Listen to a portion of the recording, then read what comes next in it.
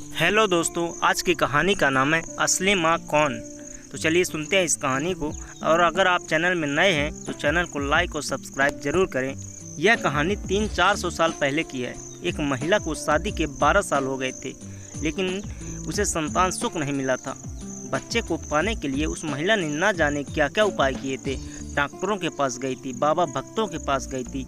जिस किसी ने भी जिस मंदिर, मस्जिद, गुरुद्वारा या चर्च में जाने के लिए कहा, उस हर जगह गई थी। जिस भगवान का नाम लेने के लिए कहा, उस भगवान का नाम लिया था। और जितने उपाय उपवास करने के लिए कहे, सब किए। कहते हैं ना कि अगर दिल से और तन मन धन से कोई चीज़ चाहो तो मिल ही जाती है। इस महिला को भी उसकी तपस्या का वरदान उसके बेटे के रूप में मिल ही गया। 12 सालों की दुख, दर्द और पीड़ा अपने बेटे का चेहरा देखते ही सुख, खुशी और संतुष्टि में बदल गया। लेकिन अभी शायद उसकी तपस्या बाकी थी।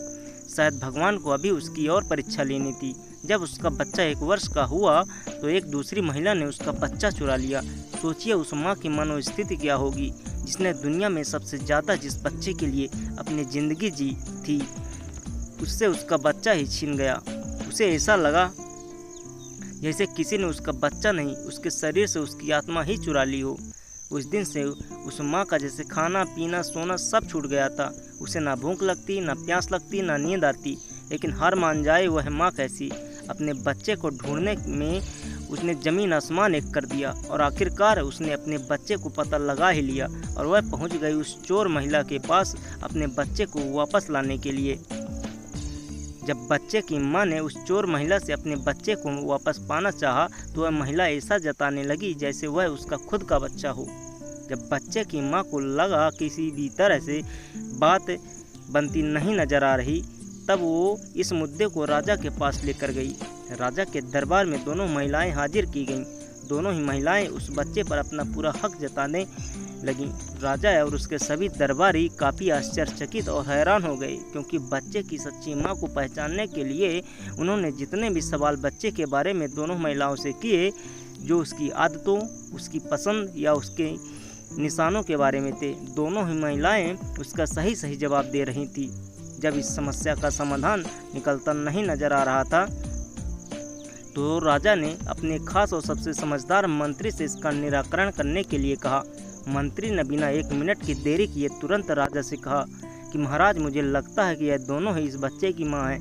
इन दोनों का ही उस बच्चे पर बराबर का हक है। अगर आपको न्याय ही करना है तो सबसे बेहतर तरीका यही होगा कि आप बच्चे के 2 टुकड़े कर दीजिए और एक एक टुकड़ा दोनों माओं में बांट दीजिए। मंत्री की ऐसी बात सुनकर राजा के साथ साथ दरबार में हाजिर सभी लोग उनकी तरफ आश्चर्य से देखने लगे। राजा ने सोचा कि मंत्री की ऐसी मूर्खतापूर्ण बातों के पीछे जरूर कोई रहस्य होगा। वह बिना सोचे समझे ऐसी बात कभी नहीं करते। राजा ने तुरंत अपने सिपाहियों से कहा कि मंत्री की बात पर अमल किया जाए और इस बच्चे के 2 टुकड़े कर दिए जाएं। बच्चे की असली मां ने यह फैसला सुनते ही राजा के पैर पकड़ लिए और बोली, महाराज, मुझ पर इतना जुल्म मत कीजिए। आप चाहे तो इस बच्चे को उस महिला को दे दीजिए, लेकिन उसके 2 टुकड़े कर मत मारिए। मेरा बच्चा मेरे पास नहीं रहा तो चलेगा, इस दुनिया में तो रहेगा। मंत्री जी ने राजा से कहा, महाराज, यही उस बच्चे की असली माँ है और जो वहाँ पर शांत खड़ी है वह चोर है। राजा ने तुरंत उस बच्चे को उसके असली माँ को सौंपने के लिए कहा और उस चोर महिला को फांसी की सज़ा सुनाई। बच्चे की असली माँ को उस महिला पर जिसने उसका बच्चा चुराया था दया आ गई, क्योंकि उससे मिलने के बाद उसे यह पता चला कि वह भी उसी परिस्थिति से गुजर रही थी जिससे वह 12 सालों से गुजरी थी। इस महिला ने अपने बांझपन के चलते अपनी गोद भरने के लिए उस बच्चे को चुराया था और चुराने के बाद भी वह उस बच्चे को अपने खुद के बेटे की तरह प्यार करती थी। बच्चे की असली मां ने दरबार में विनती कर उस महिला को माफ करने के लिए कहा।